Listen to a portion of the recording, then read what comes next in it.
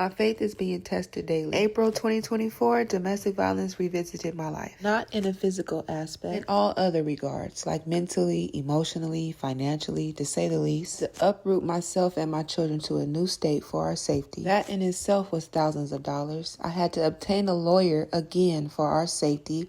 That cost thousands of dollars. Our rent is double the amount that I was paying, sometimes triple. That's not including groceries, electricity, car note, car insurance, phone bill, internet bill. And did I mention the only place over here is Cox? Why is the internet bill $200 a month? Resources. I was so resourceful in California. California is a blue state.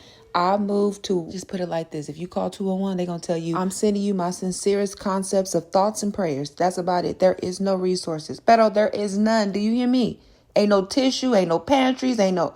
Lord. Honestly, it was probably like a culture shock for me. I don't know if it would be like called a culture shock, but I just never been somewhere where there isn't like help for people that are just not their best at the moment, because I got it in me. Whenever I lack, I know that God will equip me. I'm a firm believer in to whom much is given, much is required. But this stage in my life, I don't find myself questioning God, but I find myself asking God, what do you want me to do? Like, y'all know those songs where like Tupac and Nipsey would be rapping about like single moms and bills and all the things that we go through, like literally right now. You hear me? And I know it probably sounds like I didn't said a lot, but nothing at the same time. When God is using you and when you're allowing God to use you, it's hard to decipher what part of your story are you to tell, and then which part do you disclose at a later time. Different things have been happening in my life since May 2024, and I feel like it was kind of like the domino effect, and I'm like, wow.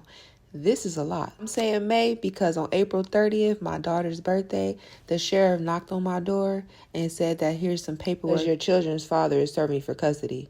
Not the same man that I have a 5-year restraining order on. No way. No way the police is here for that. So I said, okay, I don't have any rights, clearly, so I got to go, right? That's what I thought. I fled the state before due to domestic violence, and I went to a shelter as well. Both of those did not turn out right. Every time I left with the clothes on my back, clothes for my children. This time around, I'm like, okay, I need a game plan. So anyways, we settled into the new state. The call from my lawyers talking about I need to do a move away order, meaning I have to tell my abuser where I just moved to. Make it make sense. Talking about the law has to let them know where they can't violate or where, no, the law said I have sole and physical custody. He does not have anything. That's what the law says. Let me tell you something. Every single time I had to call the police out to my house, number one question was always, do you have a restraining order? Do you have a restraining order?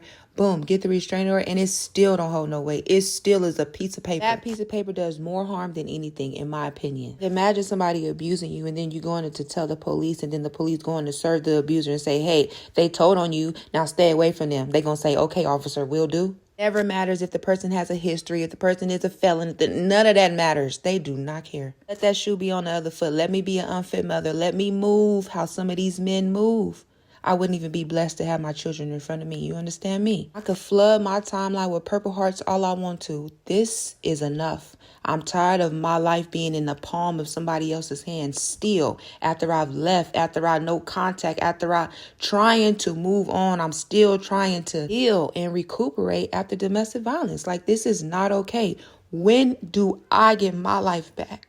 Right now, I gotta find somewhere else to live. I don't have no money in my pocket. I honestly feel like all I have is being a good mother to my children and my dream of being a content creator. Full time, because I must say that, okay? And then look, my ring light broke. Like, I really feel like giving up for real, but something that comes so easy for me, I don't feel like I should be giving up. So I guess I'm just gonna keep on pushing on.